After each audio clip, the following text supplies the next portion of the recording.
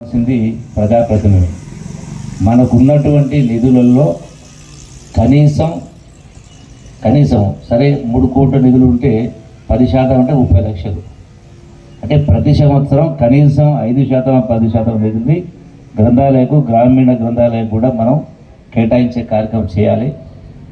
చెప్పడమే కాకుండా నాకు 10 కోట్ల రూపాయల నిధులు వస్తే నేను 80% విద్యకు వైద్యానికే నేను కేటాయించే కార్యక్రమం చేయడం జరిగింది.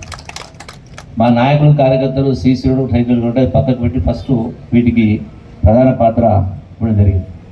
అట్లాగే ఈ గ్రంథాలయాల్లో ఒకటి మంచి అభిప్రాయం డిజిటలైజ్ చేసే కార్యక్రమం చేస్తాము, సంతోషం, మీకు అభినందిస్తున్నాం. అట్ ది సేమ్ టైం ఈ గ్రంథాలయాల్లో గొప్పవాళ్ళ చరిత్ర పుస్తకాలు తెచ్చి పెట్టాల్సిన అవసరం ఉంది. ఎవరైనా గొప్పవాళ్ళు కావాలంటే, సమాజం చేత గుర్తించబడే స్థాయికి ఎదగాలంటే గొప్పవాళ్ళ పుస్తకాలు చదవాలి. ఇలా ప్రపంచ చరిత్ర కావచ్చు, దేశ చరిత్ర చూసినా ఏది సాధించాలన్నా ఖచ్చితంగా పట్టుదల కావాలి, ఆ సాహసం, ఆ ధైర్యం.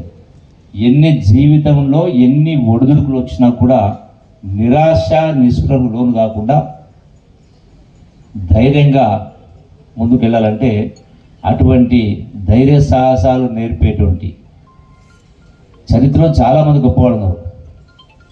ఆనాడు స్వాతంత్రోద్యమంలో ఇంగ్లీష్ వాళ్ళ బుల్లెట్ తుపాకు తోటలకు ఎదలు వచ్చి ఆనాడు కాల్చమని సందర్భం.